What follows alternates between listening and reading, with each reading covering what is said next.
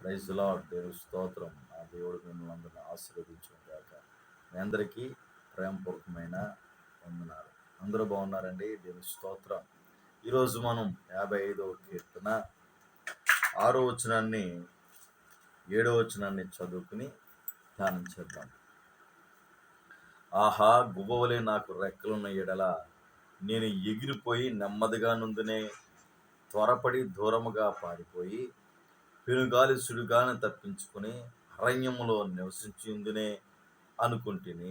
చూడండి, దావీదు అంటారు, తనకున్న శ్రమలను బట్టి శత్రువులు ఎక్కువైపోయి, ఏమండి, ఈ బాధలన్నీ భరించలేక దావీదు అంటారు, నేను గువ్వనైపోతే బాగుండు, నాకు రెక్కలుంటే బాగుండు, నేను ఎగిరిపోయి నెమ్మదిగా ఉందును, అరణ్యంలో ఒక్కడిని ప్రశాంతంగా పాటలు పాడుకుంటూ ఉందును అని ఈ దావీదు అనుకుంటూ ఉన్నారు. ఎందుకురా బాబు అని అంటే ఈ మాట మాట్లాడుతున్నాడు.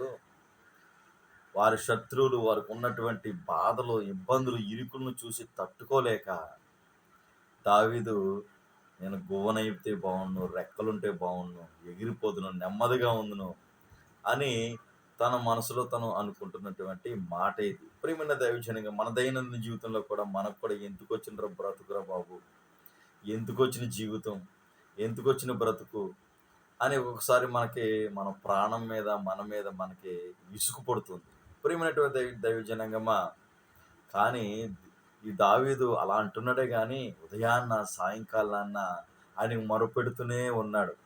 అందుకని దేవుడు ఈ ఈ దావీదుకు చెప్తున్న సమాధానం ఏంటంటే, ఇక్కడ 18వ వచనంలో మీరు చూస్తే, ఇక్కడ నా శత్రువులు అనేకులై ఉన్నారు, అయినను వారు నా మీదకి రాకుండానట్లు సమాధానం కలిగించేసి ఆయన నా ప్రాణము విమోచించి ఉన్నాడు.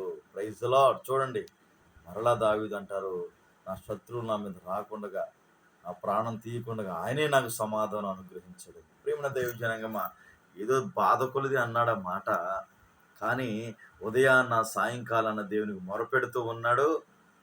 దేవుడు వారి శత్రు భయం తొలగించి సమాధానాన్ని అనుగ్రహించాడు. దేవుని స్తోత్రం. నా దేవుడు మీకు సమాధానము అనుగ్రహించి ఆశీర్వదించును గాక. ఆమేన్. Praise the lord.